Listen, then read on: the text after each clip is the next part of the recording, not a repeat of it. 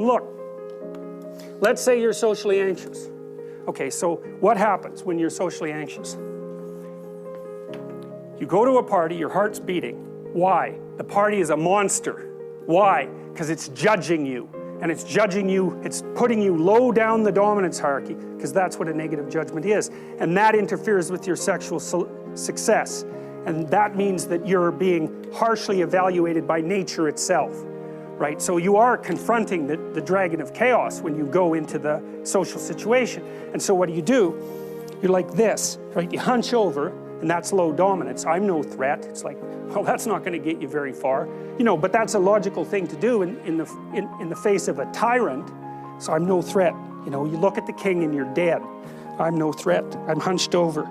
And then what's happening internally? What are people thinking about me? What are people thinking about me? Am I looking stupid? Am I looking foolish? Geez, I'm awkward. I hate being here. Man, I'm sweating too much.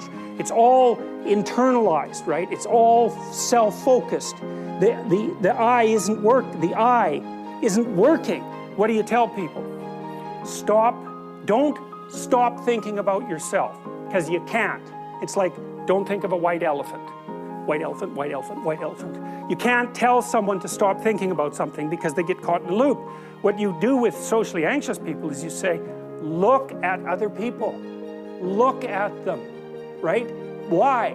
Because if you look at them, you can tell what they're thinking. And then unless you're terribly socialized, and some people are. Some people have no social skills, and so the reason they can't go to a party is because they don't even know how to introduce themselves. Like no one ever taught them how to behave. And so they're really good candidates for behavior therapy, because you walk them through the process of how you actually manifest the procedures that are associated with social acceptability. But most people aren't like that. They have the ability. So if they're really introverted and high in neuroticism, they can usually talk quite well to someone one-on-one. Why? Because they look at them. Well, if I look at you, it's another thing to do if you're ever speaking to a group of people. Never speak to the group of people. That doesn't exist. You talk to individuals, and then they reflect for you the entire group, because they're all entrained. So you look at one person, they broadcast to you what everyone's thinking, and you know how to talk to one person. So it's easy. So as soon as you focus on the person, not you, you push your attention outward, use your eye, you push your attention outward, and you start watching. Well, then all your automatic mechanisms kick in, and you stop being awkward. Because if we're talking, and I'm looking here, I don't know what you're going to do next, and I'm going to put disjunctions into they're like bad chords in the melody of our conversation. And the reason is I'm not paying attention. So that's why the eye is the thing at the top of the pyramid. It's like the thing that enables you to win the set of all possible dominance hierarchies is the eye. Pay attention. Pay attention. That's the critical issue. That's why the Egyptians worshipped Horus.